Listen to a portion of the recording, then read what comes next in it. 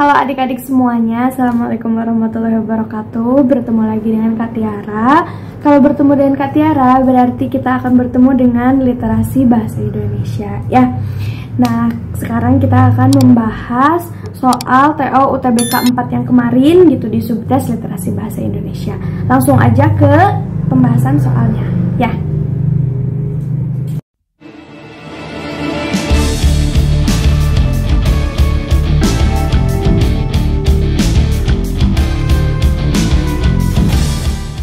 Nah, langsung aja kita ke pembahasan TO UTBK 4 Literasi Bahasa Indonesia.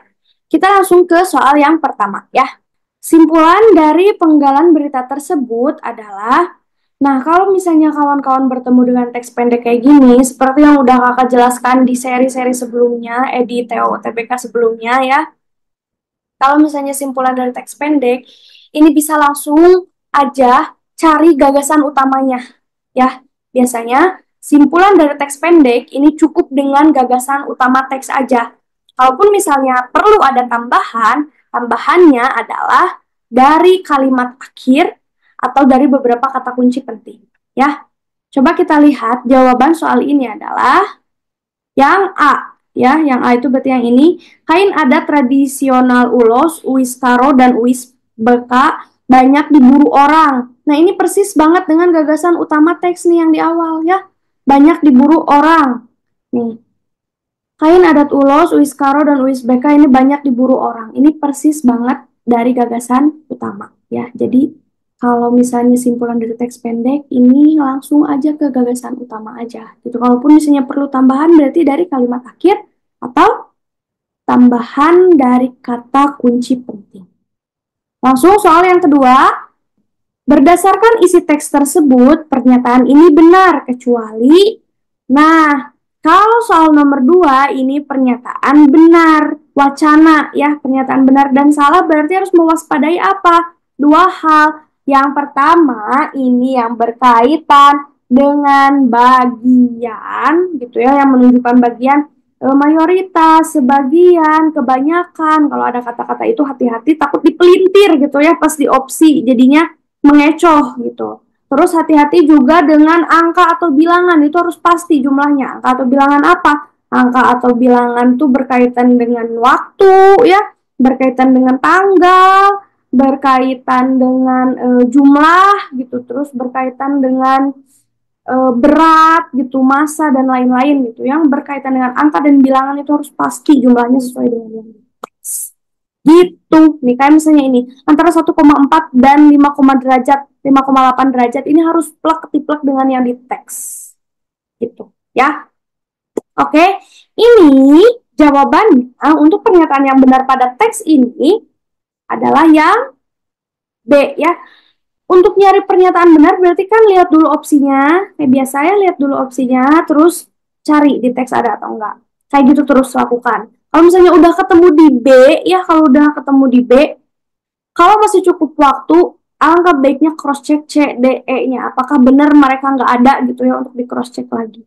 Nah ini kan jawabannya yang B ini. Menurut perhitungan para ilmuwan, temperatur udara di bumi naik dari 1,4 sampai 5,8 derajat Celcius setiap abad. Ini kan ada kata setiap abad. Sedangkan kalau di teks ini tuh nggak disebutkan ya, nggak disebutkan setiap abad, tapi hanya disebutkannya bahwa pada abad ini aja, abad ke-21 gitu. Bergantung pada volume bahan bakar fosil yang dibakar dan sensitivitas sistem iklim. Tidak ada klaim bahwa peningkatan suhu itu terus terjadi setiap abad, itu nggak ada ya. Lanjut soal nomor 3. Nah soal nomor 3 ini teksnya panjang, juga soalnya banyak. 3-6, berarti 4 soal dari satu teks panjang ini. Ya, panjang sampai sini nih, sampai berat diolah. Gitu. Ya, kita langsung saja ke pertanyaan yang nomor 3. Pernyataan mana yang benar menurut informasi dari teks tersebut?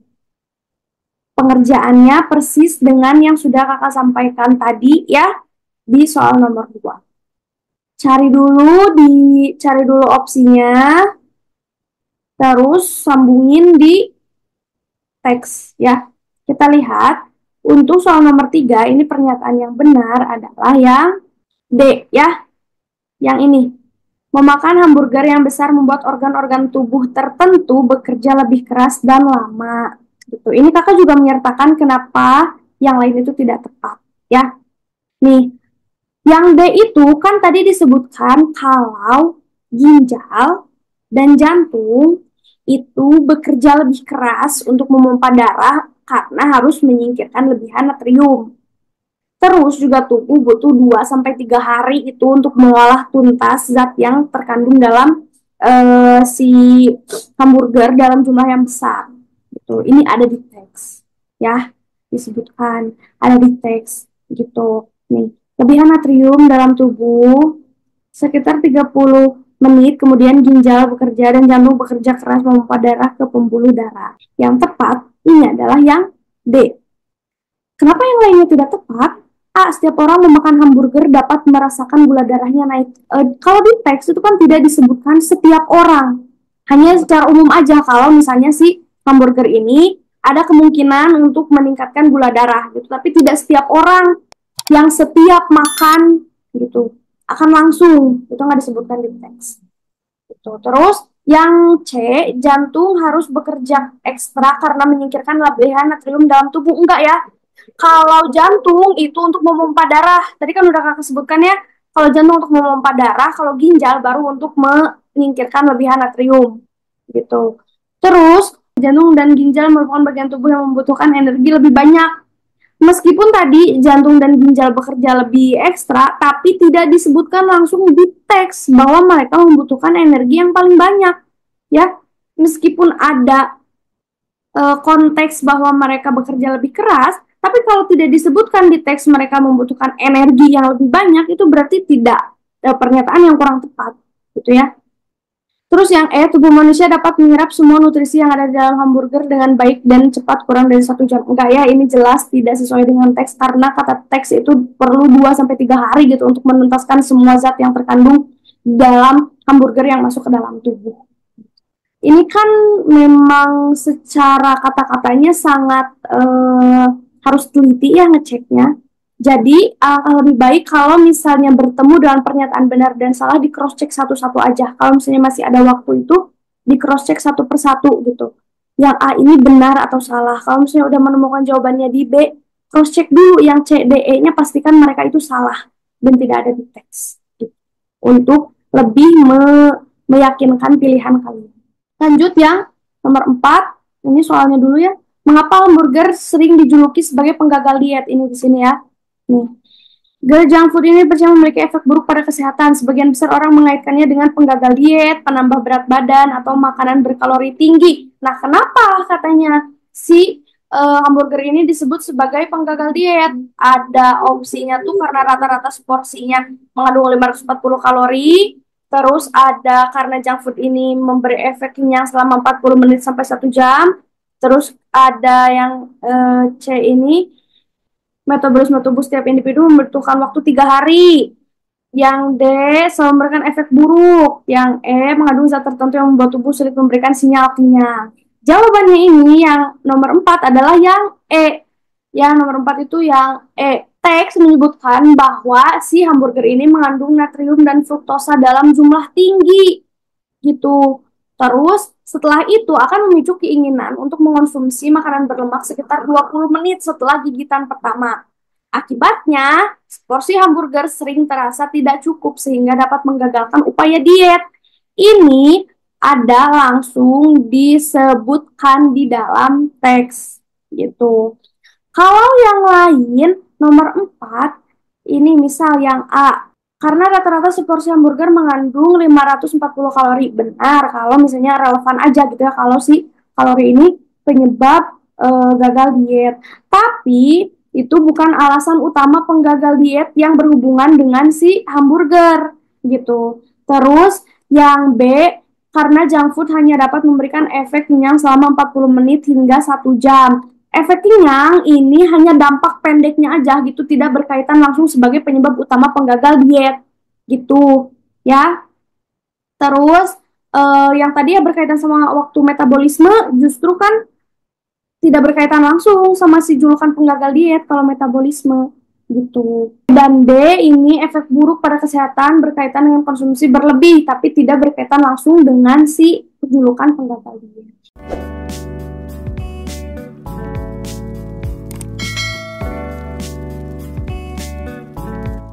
Masyarakat jika hamburger menjadi makanan nomor 1 yang digemari dalam masyarakat tersebut. Terus yang nomor 6, ini 6 ya, maaf salah. Zaki baru saja memakan habis 1 porsi hamburger. Efek apa yang dirasakan Zaki setelah 1 jam memakan hamburger? Nomor 5, ini jawabannya adalah yang C ya. Gangguan tatanan sosial karena masalah kesehatan. Karena tadi udah disebutkan ya di tes kalau hamburger ini memiliki dampak kesehatan, obesitas, penyakit jantung dan lain-lain gitu. Jadi kalau misalnya hamburger jadi makanan nomor 1 yang digemari, maka dampak kesehatan kayak obesitas dan lain-lain itu akan meningkat secara signifikan dan akan memengaruhi tatanan sosial gitu. Terus kalau si Zaki itu yang tadi ya, Zaki, efek apa yang dirasakan Zaki setelah 1 jam memakan hamburger? Ini dia akan B ya, peningkatan tenaga dan rasa ingin makan. Ya, hal ini terdapat dalam paragraf 3 yang menyebutkan bahwa setelah 1 jam itu akan menginginkan makanan lain. Gitu. Kalau misalnya udah makan hamburger 1 jam, itu kemungkinannya akan menginginkan makanan lain, rasa ingin makan lagi. Itu ada di paragraf 3 tadi. Jadi jawaban nomor 6 ini adalah yang B. Untuk soal nomor 7, ide pokok paragraf kedua teks tersebut adalah berarti yang ini ya.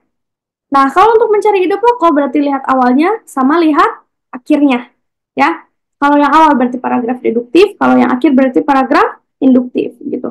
Lihat dari kalimat awal atau akhir mana yang menyimpulkan keseluruhan paragraf. Maksudnya di mana yang menjadi pokok pembahasan pada paragraf tersebut.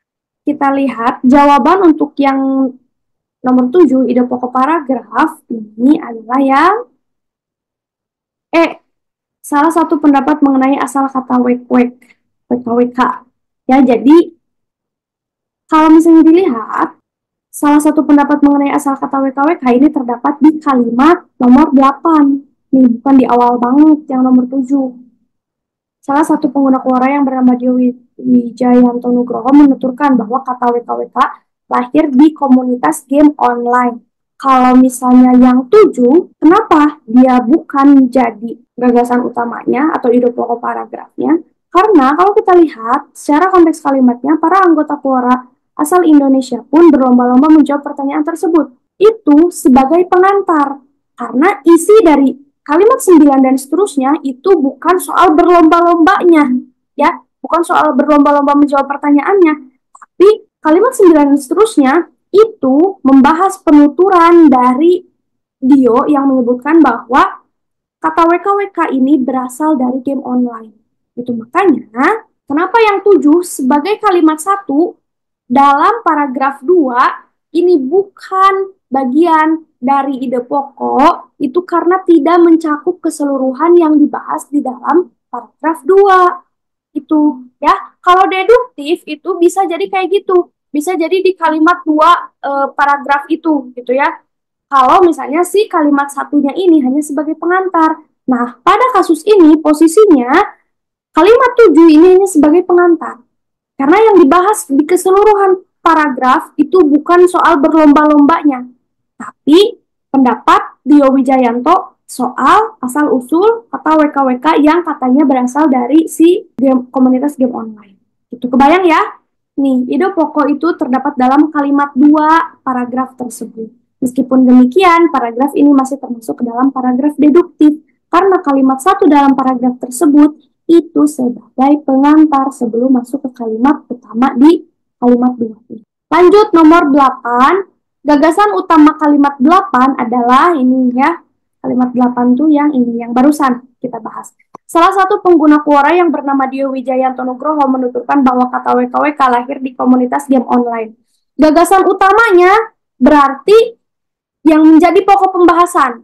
Itu pokok pembahasan dalam satu kalimat barusan. Kan kalimat barusan agak panjang, nah, pokok pembahasannya itu yang menjadi jawaban di soal nomor 8. Kita ke nomor 9 dulu. Manakah pernyataan tidak sesuai dengan isi teks? Cara pengerjaan pernyataan tidak sesuai seperti yang sudah kakak sebutkan di soal nomor 2 dan 3 tadi. Ya, kita lihat untuk jawaban nomor 8 adalah yang D. Kata WKWK lahir di komunitas game online. Gagasan utama berarti pokok pembicaraan yang dibahas. Salah satu pengguna bla bla bla bla bla berarti gagasan utamanya. Pokok pembahasan yang dibahasnya adalah kata WKWK itu lahir di komunitas game online. Ya, itu ada di opsi yang D. Kita lihat yang nomor 9, pernyataan yang tidak sesuai dengan teks. Jawabannya adalah yang E. Ya, kata WKWK dan HH sering digunakan di dunia maya. Dalam teks disebutkan bahwa kata WKWK hanya digunakan oleh orang Indonesia. Ini ada di kalimat 5. Ya, ini ada di kalimat 5.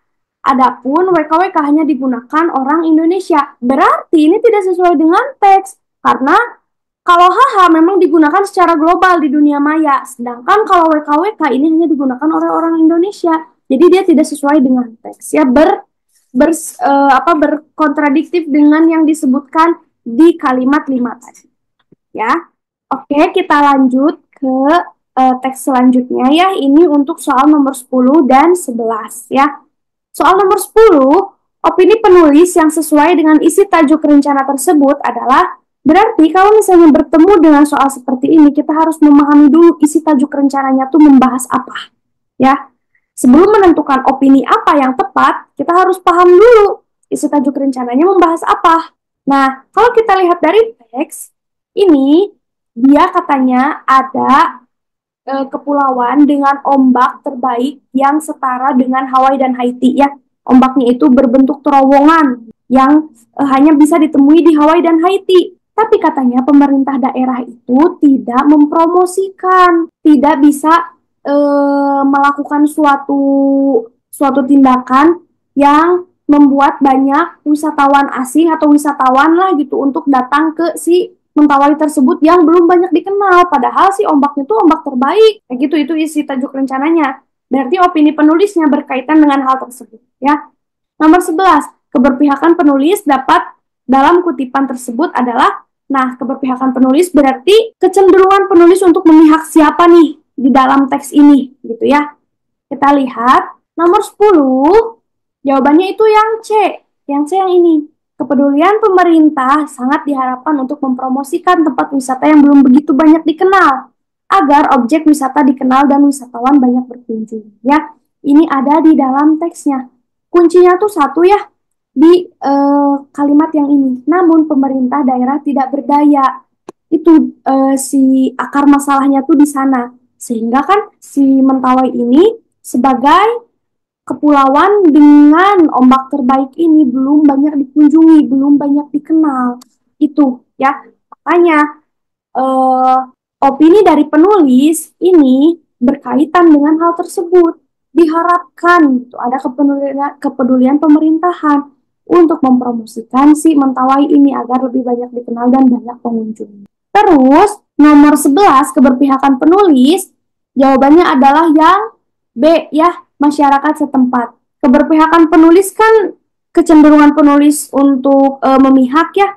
Kalau kita lihat di dalam teksnya, ini dari pernyataan resort belum tumbuh, kontribusi pemerintahan belum cukup gitu. Itu kan berarti jelas tidak memihak si pemerintah ya. Tapi penulis kan menegaskan di sini tujuannya itu sehingga perekonomian masyarakat setempat terbantu. Dari kalimat itu dapat diketahui bahwa penulis ini memihak masyarakat setempat biar meningkat gitu sih ekonomi masyarakat setempat yang ada di sekitar Mentawai itu. Gitu. Lanjut ke soal nomor 12 dan 13. Ini dari satu teks. Nah, ini teksnya teks sastra ya. Soalnya adalah konflik yang terdapat dalam kutipan tersebut.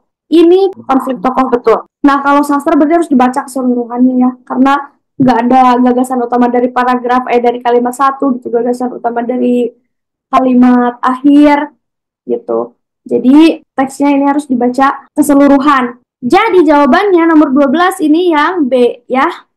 Konflik ini adalah keinginan yang menggebu-gebu untuk memiliki tas mahal.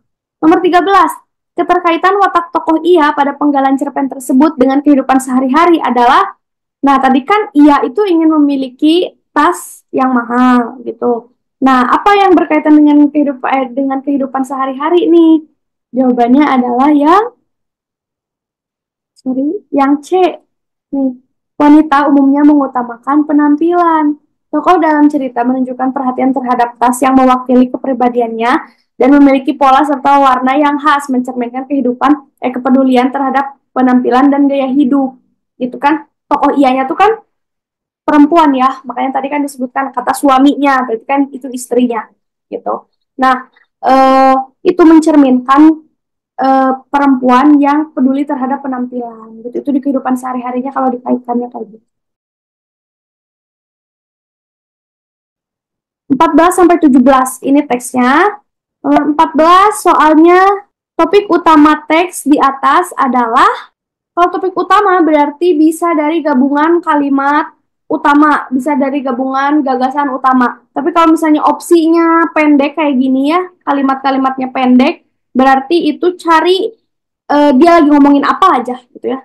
Satu satu atau dua topik bahasan digabungin jadi topik utama. Nomor 15, kata menyambangi sepadan dengan kata. Kalau sepadan dengan kata berarti itu dia mencari makna yang sama ya. Kita lihat untuk jawaban nomor 14 adalah yang, kalau dilihat dari yang tadi ya, gagasan utamanya. Yang B, badai tropis yang berpotensi gelombang tinggi, yaitu udah ada disebutkan di gagasan utama.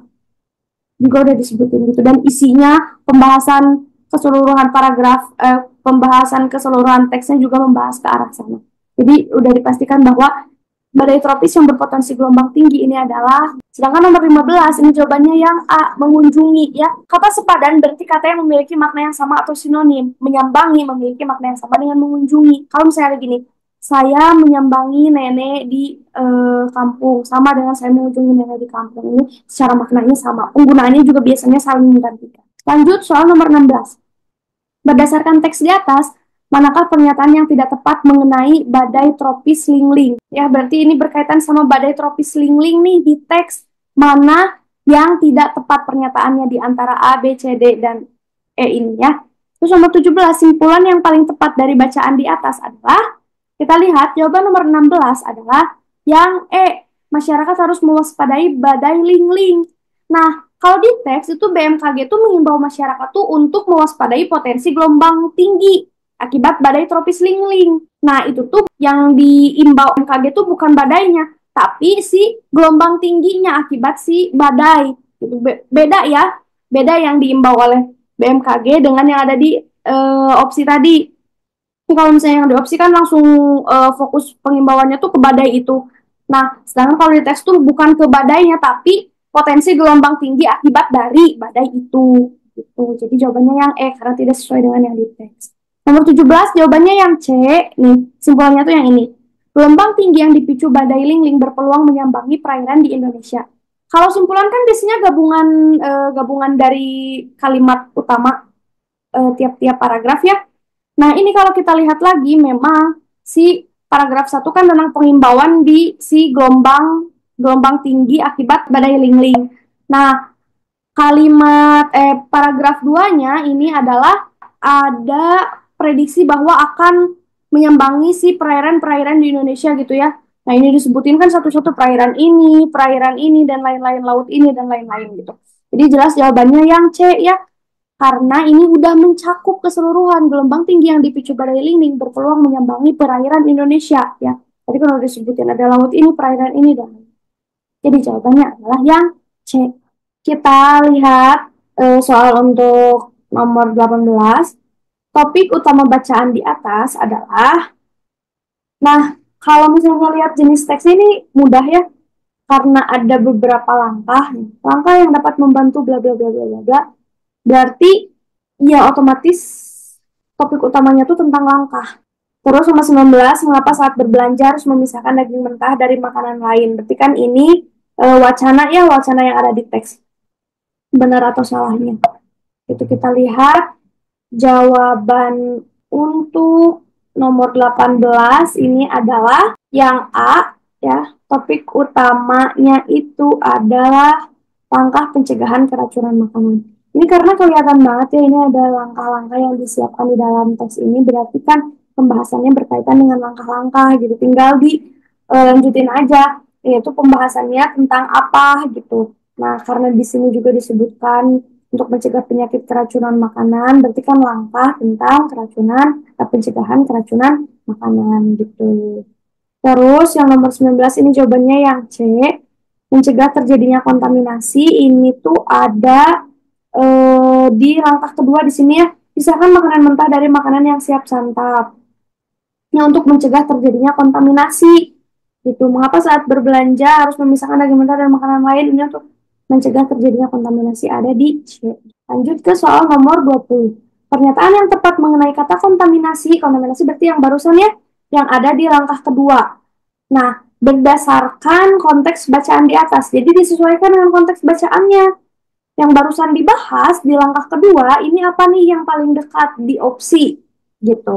Nomor 21, informasi yang tepat berdasarkan bacaan di atas adalah, berarti kan ini benar dan salah ya, pernyataan benar dan salah, informasi yang terdapat di dalam wacana gitu.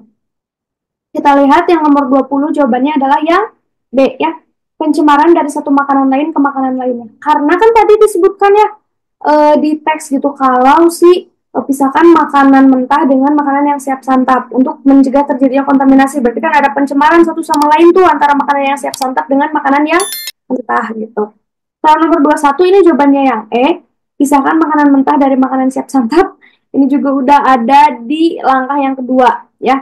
Ini lebih mudah karena memang konteks bacaan yang ini tuh udah dibahas di soal-soal sebelumnya gitu. Jadi untuk mengerjakan yang masih berkaitan dengan hal ini ya, soal pemisahan makanan mentah dengan makanan yang siap santap itu lebih mudah karena berarti kita mengulang-ulang apa yang udah dibaca untuk menjawab pertanyaan-pertanyaan sebelumnya.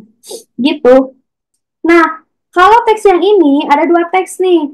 Teks A dan teks B ya.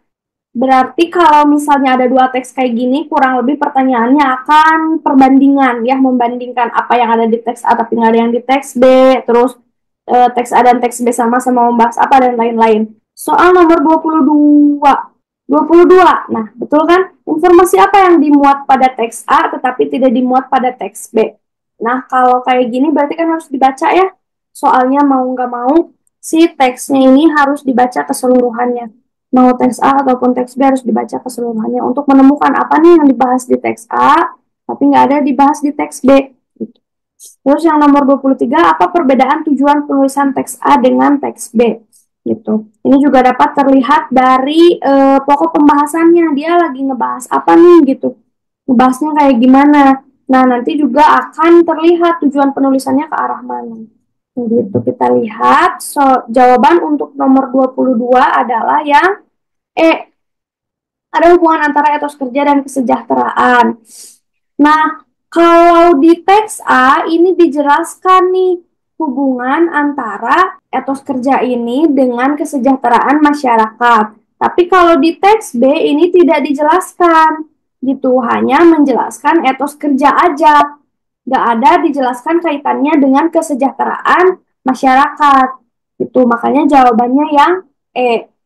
Nah, sedangkan kalau nomor 23 jawabannya ini yang B. Teks A berargumentasi, teks B mencontoh. Kalau dilihat tujuan penulisannya, dapat disesuaikan dengan bentuk atau tipe teks yang dibuat oleh penulis. Kalau yang A ini lebih banyak mengemukakan pendapat, berarti dia teks A ini adalah argumentasi, dan teks B memberikan contoh langsung, berarti dia adalah mencontohkan. Bisa dilihat dari jenis teksnya dia ngebahas apa aja gitu ya. Soal nomor 24. Apa keunggulan isi teks? Nah, ini berarti mencari persamaannya ya, keunggulan keduanya, karena di opsinya kedua teks sama-sama berarti keunggulan dari kedua teks itu. Nyari persamaan dari kedua teks itu yang menjadi keunggulan mereka. Gitu. Nomor 25, berdasarkan isi teks B, pada siapa penulis berpihak? Keberpihakan penulis berarti kecenderungan penulis memihak salah satu pihak di dalam teks. Kita lihat jawaban nomor 24 ini apa nih? kesamaan dari kedua teks ini yang menjadi keunggulan keduanya? Jawabannya adalah yang kedua teks sama-sama menginformasikan gagasan secara lengkap ya. Keduanya sama-sama membahas etos kerja serta keterkaitannya dengan politik. Namun yang tidak dibahas di teks B tetapi dibahas di teks A adalah keterkaitan etos kerja dengan tingkat kesejahteraan. Tapi keduanya sama-sama membahasnya secara lengkap gitu ya. Kalau misalnya yang ditanyakannya ini adalah kesamaan yang menjadi keunggulan gitu. Itu keunggulannya di sana. Nomor 25 jawabannya yang D, pemimpin di Indonesia. Keberpihakan penulis artinya kecenderungan penulis dalam berpihak. Keberpihakan penulis dalam dapat kita ketahui setelah membaca keseluruhan teks karena keberpihakan penulis tertulis secara tersirat. Nah, kalau di sini kan dijelaskan ya disebutkan secara tidak langsung nih. Oleh karena itu para pemimpin masyarakat baik pemimpin tingkat rendah maupun tingkat tinggi dapat menjamin dirinya sebagai alat tujuan bagi peningkatan etos kerja masyarakat. Arah pembahasan yang dibahas oleh penulis di teks B ini tuh ke pemimpin terus gitu ya, dan ada kecenderungan untuk memberikan dukungan atau memihak gitu ke pemimpin. Makanya keberpihakan yang terlihat secara tersirat di dalam teks B ini adalah kepada pemimpin di Indonesia gitu. Itu jawaban untuk yang nomor 25. Itu aja yang bisa kakak bahas di seri di TO UTBK 4 Literasi Bahasa Indonesia ini. Semangat untuk terus belajar ya, sampai bertemu di pembahasan TO UTBK selanjutnya ya. Dadah, wassalamualaikum warahmatullahi wabarakatuh.